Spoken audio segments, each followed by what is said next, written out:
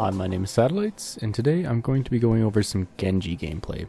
Now, this specific replay is going to be kind of like a do's and don'ts kind of thing of Genji.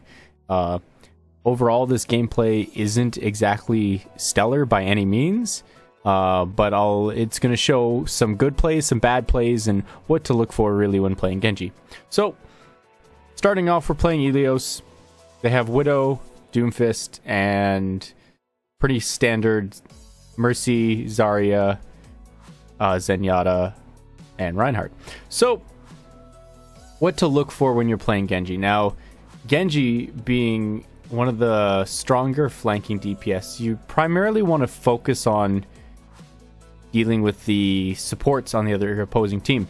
So, when that happens, you should be trying to flank around and deal with them as best as possible, or put chip damage in so they're forced to heal each other and take their priority on healing each other instead of healing their tanks or their DPS. Now, I'm going to back that up a quick second and show like where my target focus was and who it should have been, who it wasn't. So, backing up, we had the fight. We do pick Widow, they do res Widow, so we're going into this fight. Now, I'm just kind of poking around here and not really doing much. I should be going straight for these healers and trying to throw as much damage into possible. Here I'm throwing damage into Doomfist, just kind of doing what I can to get damage. I do get a good clean dash off, but unfortunately the fight's already lost. Now, there is two ways to play Genji. One is that flanky kind of harass, hopefully get a pick, get in, get out kind of Genji. But you can also play Genji like a backline. You know, you throw shurikens from behind a shield, and as soon as you guys engage, you go in with a dash. So those are like the two core ways to play Genji, and what you should be looking for when you're playing is just to know which situation you should be using what playstyle and when. So here you see I'm kind of going for this Mercy. I'm trying to focus her out, which is who my target focus should be. Unfortunately, I get pinned by Reinhardt. We can't do much about that, but when you see this gameplay is going to be that kind of bad gameplay, good gameplay kind of thing. You'll see some good gameplay, but you'll see bad gameplay. And when I point out the bad, this is stuff you should always avoid doing at all costs. The goods are situational because, like I said, this game is always changing. Never fight is any the same. So going back to this fight, this was a bad fight. It's just overall a sloppy fight. So another 25 tick left on the clock. We're so staggered, but I'd make the decision to flank around. And because they have one of their main supports paying the backline, I ended up taking a lot of chip damage from their Zenyatta. And I'm not in a position to actually help my team out. So, because of that, our team ends up getting wiped. We're down effectively, we're 5v6ing while I'm not there. Because our team gets wiped, I try to make a hero play, which is not what you really want to do as Genji anyways. And of course, it doesn't work out. So, don't try to be the hero.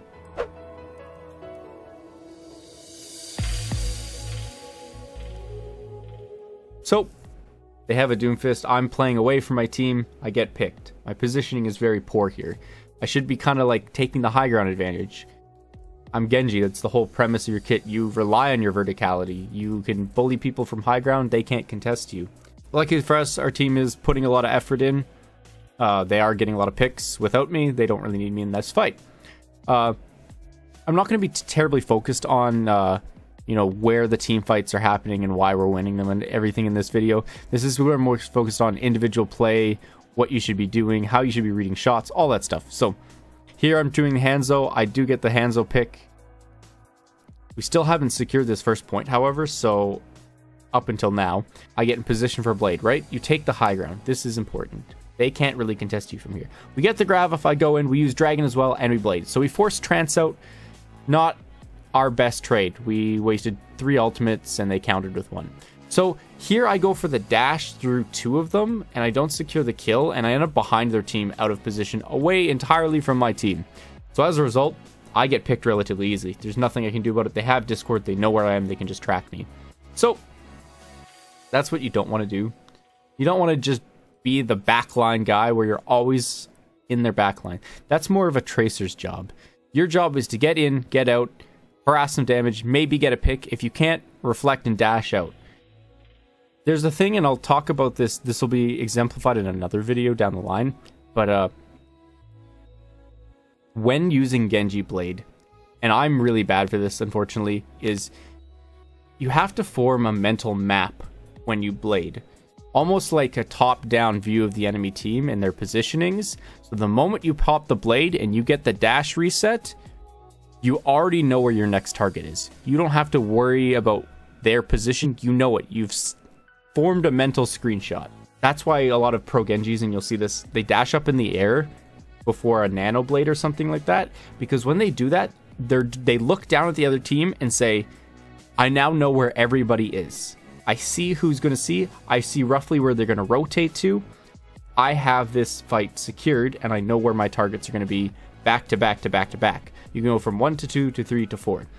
So, and I think I do one decent blade where I show this in this video, but that's the hardest thing about getting good as Genji, is forming that mental snap of your targets. And now this doesn't apply specifically to Blade. This applies to general positioning as well, because once you get that reset, you want to know where to go. That is exactly a bad, like that Blade we just exemplified now, this dash reset. I'll skip to it exactly. I see Mercy, all right? Dash and secure the kill. Zen is in front of me. I throw right click and then dash again. However, I shouldn't have dashed.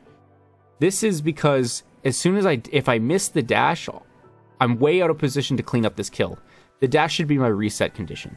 So there's my reset. I dash through the team.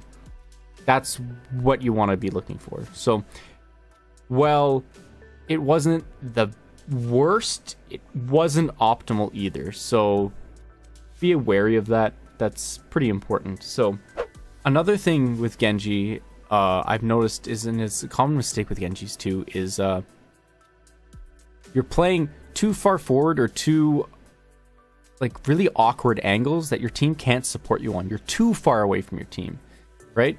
So there's a certain point where you need the proper position to rotate to your team if you need to, as well as be in a proper position to get those, secure those kills that your team can follow up on, or you're following up for your team. So that was a prime example of like that positioning in that sense, because I'm close enough to my team right here where they're, if I need to, if I dash, I'm dead center with my team. However, I take a slight flank and end up securing this this McCree kill first with the dash, and immediately turn a reset onto their Doomfist. And then I try to secure the kill on Mercy. Unfortunately, like I said, my aim isn't that great with Genji, so I can't secure the kill on Mercy. However, at this point, with our Tracer getting a pulse onto their Zarya, I mean their, who was it on? Their Zenyatta, and then killing the Zarya as well, we've secured this fight. So Genji is one of those heroes that you can be a pub star with. You can get these massive plays, but the most important thing about Genji is good positioning.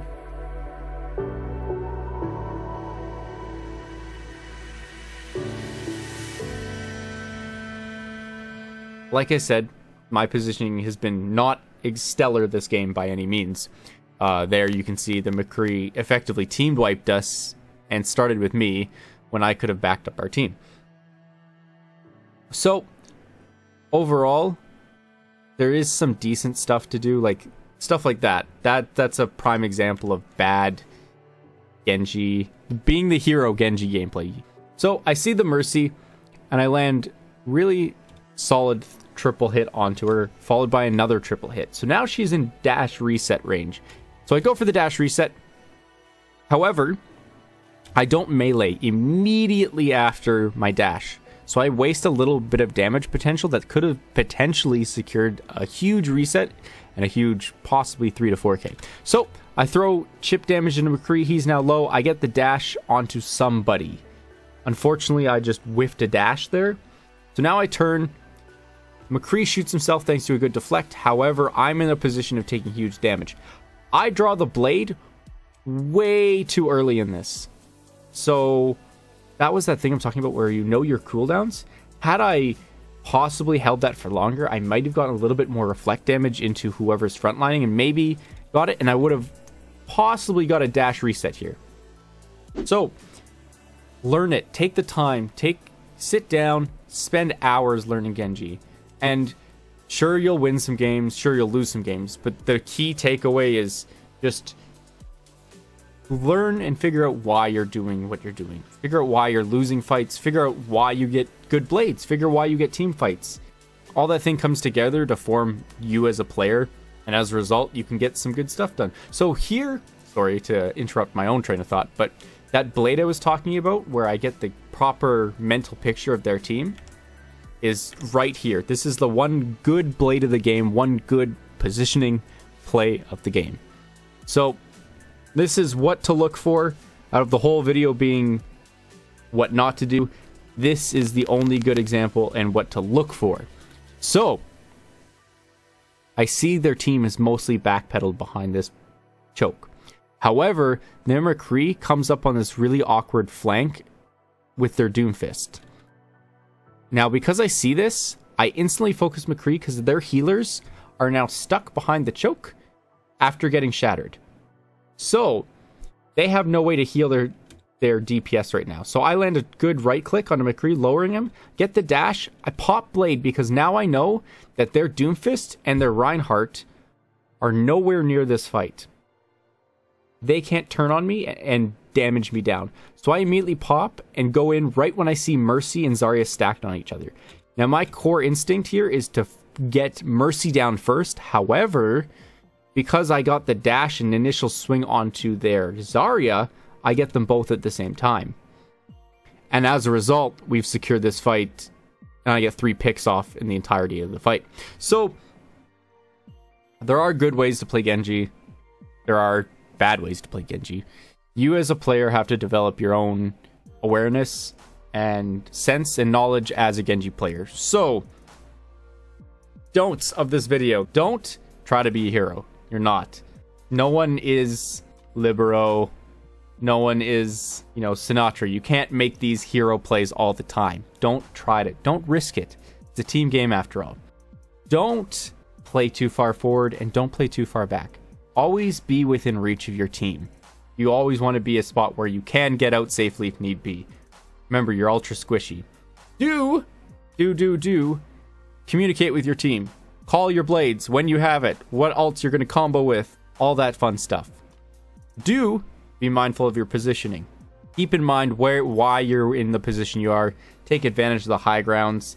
Play the spots that'll allow your team the best chance to succeed. So this has been this takeaway for some unexemplary Genji gameplay. My name has been Satellites. Thanks for watching. Till next time, guys. Make sure to like this video, share it with your friends, and subscribe to our channel. Until next time.